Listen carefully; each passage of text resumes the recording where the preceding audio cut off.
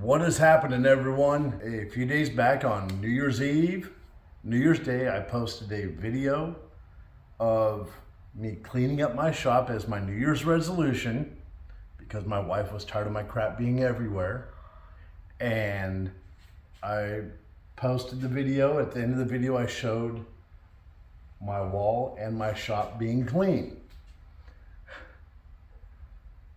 I had a lot of feedback and a lot of questions about not only what is this wall and where did I get it, but about a lot of the items on the wall. So I decided to answer them by doing a video series, or starting to do a video series, because there's a lot of questions and we're going to tackle them one at a time, or at least try to get a couple of them answered in each video. So we're going to start off by, what is this wall? And we're going to jump right in. Well, this is what it is. This is what they call a secure wall. It is from Lockdown, and you can find it at lockdown.com. It is absolutely amazing. It has saved my butt because my wife was upset with me.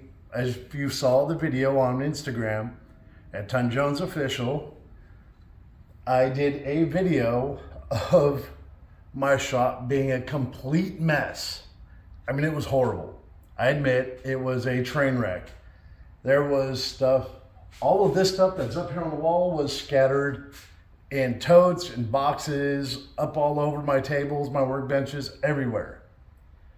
And in just under 24 hours, I had organized it, put it up on the wall, cleaned up the shop. This wall, the secure wall, like I said, is from lockdown.com. It comes in two different styles. This is actually the heavy duty. I wanted something a little bit heavier duty. It's 14 gauge. You can get the standard wall, which is, I believe, 16 gauge. These are the standard panels, which are the full-size panels, which are 32 by 24. You can get the half panels, which are 16 by 24. I ended up ordering those because my wife wanted some for the front garage. She liked these so much, we ordered extras for the house. So now that when you walk into our garage, right before you get into the house, there's a strip of panels that have all these hooks so you can the kids can put their backpacks, all the extra gear, my backpack. I mean, there's a fire extinguisher hung there, there's flashlights, there's emergency gear, a medical kit, all right there before you walk into the main house, or when you're leaving the house into the garage. Everything and anything you need is right there. My wife liked these panels so much, we ended up putting the half panels in the garage. They have baskets, they have shelves, they have gun racks, they have bag hooks. I personally use them for everything. I mean, I'm pretty sure Lockdown never thought people were going to be hanging claymores, Viking axes, snake hooks. I mean, I got my projectile launcher hanging from over there, my 303. I have custom made whips from Australia and New Zealand over there. I have dart gun from Inject, all my air guns, my cold steel, my Smith & Wesson stuff. I got pistols, blow dart guns, boomerangs, walking sticks, cane swords, P80 over there. I mean, I went a little crazy and mounted everything to this wall. It is a true game changer, and it helped me not only organize everything, but it looks badass. So now the next big question on this video was the air guns, and let's touch on that now. Well, for the air guns, coffee, as a lot of people know, I've been to air guns for a very long time. And as I was getting out of the film industry, I wanted to get back in the air guns more. So I reached out to Airforce Airguns on a survival air gun that I really, really wanted to get made. So I called them up, went out and visited them in Texas, where I'm now living. And I got with John McCaslin from Airforce Airguns, and we designed the Escape. This is the actual prototype that John and I designed together that day on the bog. By the way, that's the Bog Sherpa. Absolutely amazing tripod. Bog is amazing, dude. Bog is also a really great brand. And a quick plug for them, because I really like their tripods. Check out boghunt.com, and you can find all their tripods, from their Death Grip to their Sherpa, their I think it's called the Infinite. But all their stuff is just spot on, lightweight. I beat the crap out of them, and they're great. Hold up to anything. Squirrel moment, sorry. But back to the air guns. You'll notice that a lot, squirrel moments. But this is the very first Escape that John and I designed together. We're actually going out on an air gun hunt way back in the day. I think it was 2012, 2013. And we're sitting there on this way to this hunt. I was talking to John. I said, hey, John, I really want a lightweight, compact survival air gun in 25 caliber that puts out a bunch of power. I want over 100 foot-pounds of muzzle energy in 25 cal. And at the time, he's like, ooh, I think it can be done. But if you know John, when I asked him that question, he stopped, put a toothpick in his mouth,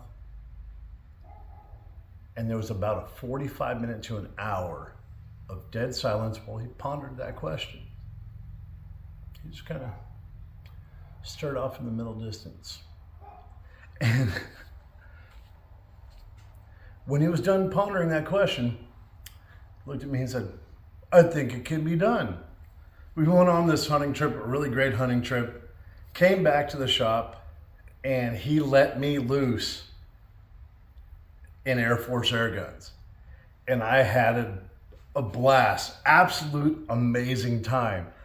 I dug through everything, playing with parts, talking to the machinist, with the assembly guys, putting together all kinds of airgun parts, and we came up with the Escape. This was the prototype. And we're like, but I wanted it smaller. But this is what we started out with. We put together this gun, and it turned out to be this. This is now the 25 caliber Escape that brought me back to the airgun world. And I absolutely loved it. This is why I have so many air guns over there on this wall. So if people ask why, this is why there is a load of Airforce air guns over on the wall. This is the Escape right there. I know it's hard to see, is my logo, because this is the one John and I designed together. The 25 caliber Escape survival air rifle. What I wanted. We were living in the desert at the time, small game hunting. I wanted a lightweight, compact air gun that I could take with me, and it wasn't just a big blocky chunk of plastic that in the desert heat would swell up and start bending and flexing. I wanted an American-made chunk of metal that was still lightweight but sturdy. And this is what John and I came up with. And it got me back in the air gun business, air gun world. And when I got out of filming, I called John up, said, hey, bro, I want to move to Texas. I'm starting a family. I want to come work for Air Force. So what the damn hell? So now I am the director of R&D over at Airforce Airguns, and that is why there's a bunch of air guns on the wall. Well, hope you enjoyed the first episode. It might be a little shaky, but I'm sure the bugs get worked out as we get further on. If you have any questions, if you want to know something that's on the wall, please leave it in the comments below. Like, subscribe, hit the little notification button. As I do more, you'll get notifications, but let me know what you want to see. As new items appear, we'll go over them. As I find cool stuff or my buddies have something, we'll bring it to you and tell you a little bit about it. And we'll try to cover as much of the gear on this wall as possible because it changes sometimes daily. Hey, take care.